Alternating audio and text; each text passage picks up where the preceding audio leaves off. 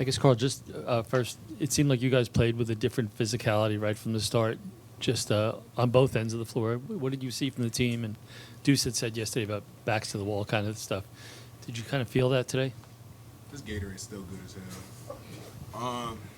Yeah, I thought we did a great job coming out with more tenacity, more desperation, I think is the proper word. And our team did a great job of just weathering the storms and being the ones to initiate physicality today.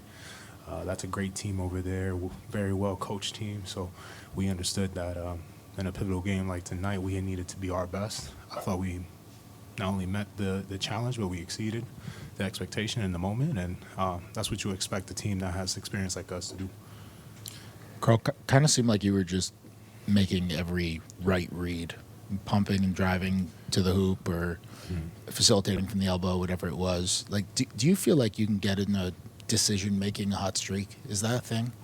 Yeah, I thought today, good observation. I think that the difference from me today than other days, and I felt I did a good job playmaking this series, was instead of trying to lead people to a spot, I just passed it to where they were and let them make the decision. And I thought that helped me a lot today, getting my teammates the ball earlier and allowing them to make a decision and then, convert on those plays. So just being aggressive in playmaking and, trying to be playing quarterback at those spots when I got the ball.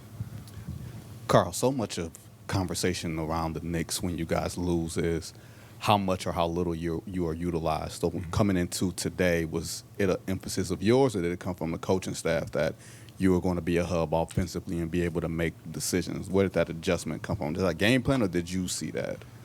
No. I just feel like opportunities presented themselves, and my teammates, made it happen today. They made great cuts and allowed me to make those plays you guys are talking about and play make. So it's a shout out to my teammates making the great moves to the basket and allowing me to utilize my skill. Carl, I think Josh started out a lot on CJ. I'm just wanting to know, what kind of a lift did he give you guys in that first quarter when it was important for you guys to start out strong on the road? I mean, Josh was special. I think everybody was special. And honestly, too, shout out to Nickeil. I mean, he did a great job of getting us going early and bringing that energy and that spark that was needed. And, who knows where our team would be tonight if it wasn't for him bringing that kind of spark early in the game. It got us going. It got us understanding the tenacity we needed to play with. And we kind of rode that momentum throughout the rest of the game. You talked about that tenacity and we don't got another Gatorade for him? Gatorade 5, bro. My bad. Don't worry about that. Carl, you talked about that tenacity and sense of desperation you guys played with. How do you bottle that up and continue it, now that you're no longer behind in the series almost? I mean, experience teaches you a lot. I mean, just because we won one game, playoffs is always you win a game, you're the best team in the world, highs are highs, and then when you lose, you're the low and the worst team ever. So just staying on the wave, being in that middle ground, and just consistently trying to find ways to get better and improve as the series goes along. Next game is going to be the most important game, the most desperation we need to present to the fans and to ourselves, and it's going to be important for us to protect home court, especially with our fans in our home. Okay, speaking of the fans, could you feel the Knicks fans tonight? I mean, the atmosphere? Knicks fans travel all around the world. It's even more special. I already knew how special the Knicks fans were from last year, but to be going to Abu Dhabi in preseason and see the stadium packed with Knicks fans is crazy. So they travel around the world. They bring us so much love and energy and just passion that you could just feel that kind of passion in the building, and it helps us feel like every game we play, no matter if it's away or in Abu Dhabi around the world, it's a home game. One question for each of y'all, starting with OG. Just first, what did you like about the team's response after those two tough losses that you guys came off of? Just our intensity. We came out, we were physical from the start. We got stops, and then ran on offense, moved the ball. Guys were hitting shots, and it's just the energy. It was really infectious. And then, Kat, just with all the assists, I'm wondering what's the feeling for you when you're able to find somebody with one of those passes and they're able to convert, and then you start to look up and you see the assist count going 1, 2, 4, 6, 10.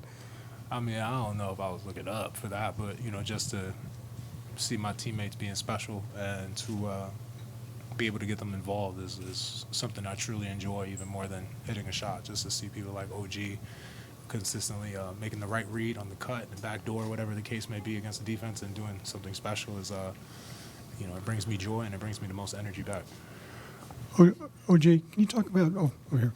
Can you talk about what it's like to play with a guy like that who's able to see you when you're moving, maybe read where you're going and get you in those places time after time?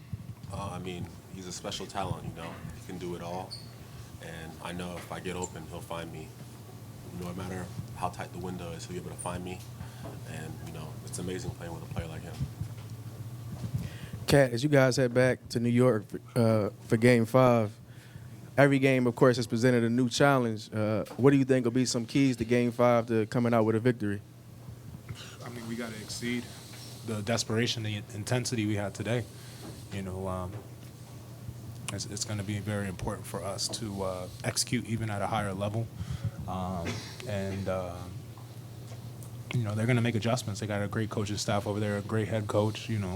They're going to make adjustments. They're going to come back with even better game plan, and we have to be able to counteract that game plan. So these 2 days are going to be very important.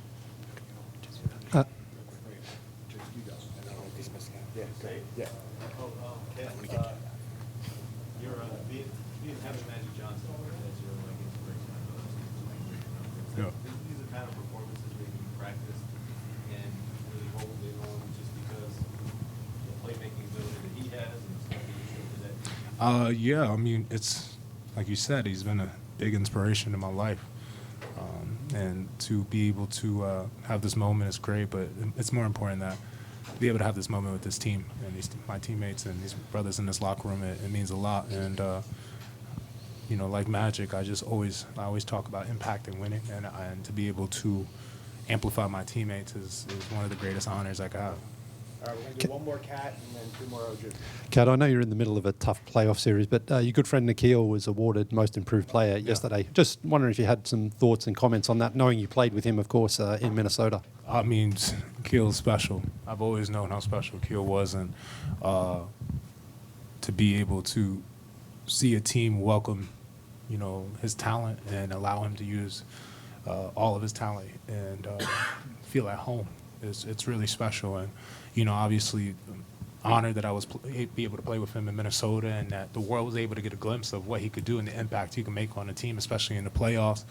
But for him to be here, to be welcomed by the fans, by the organization, and allow him to be him at a full picture is something special. He's an amazing player, even better person, an amazing family. He's an amazing father. I've been able to see that firsthand. It's one of the biggest honors I've ever had in my life. So shout out to him. He deserves that award, and he's worked his whole entire life to prove to the fans of the NBA, and to not only that, to himself, that he is truly the player he thinks he is. And I've always told him, and I've always known that the player that he thinks he is exactly who he is, but even more. And I'm so happy that that award shows all the work that he's put in, and all the trials and tribulations he's went through to get to this point was worth it. All right, thanks, Scott. Yeah. Hey, OG, I mean, we all see your shooting. Obviously, you're shooting it at a very high level, but I'm just curious, the rebounding numbers have been pretty high this series. Is that a concerted effort by you to do more there, or is it just happenstance? I mean, it's a team effort for sure.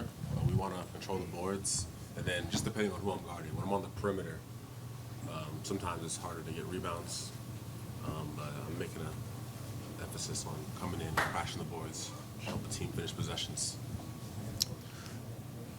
OG, just with your shooting the last couple of games, what have you liked about the looks that you're getting? Just shooting, no matter if I'm contested, if I'm not contested. I work very hard on my game, so I always think it's going in. OG, Josh has been Last one, guys. Josh has been especially aggressive and especially good guarding the point of attack in this series, whether it's CJ, whether it's Jalen Johnson. A lot of the time, you're like the low man in that situation. When he's that aggressive and that successful being aggressive at the point of attack, how does that affect the way that you operate on the back end? It makes it easier because it gives me more time to rotate towards the rim, and then also make a read on if he's going to pick up his dribble, if the ball handler's going to pick up his dribble, or if he's going to the rim like full speed because Josh is pressuring him. So it just makes it easier what to do. And, you know, like you said, he's doing an amazing job being physical, getting into the ball, speeding guys up, and that's what he does. All right, guys. Thank you. All right.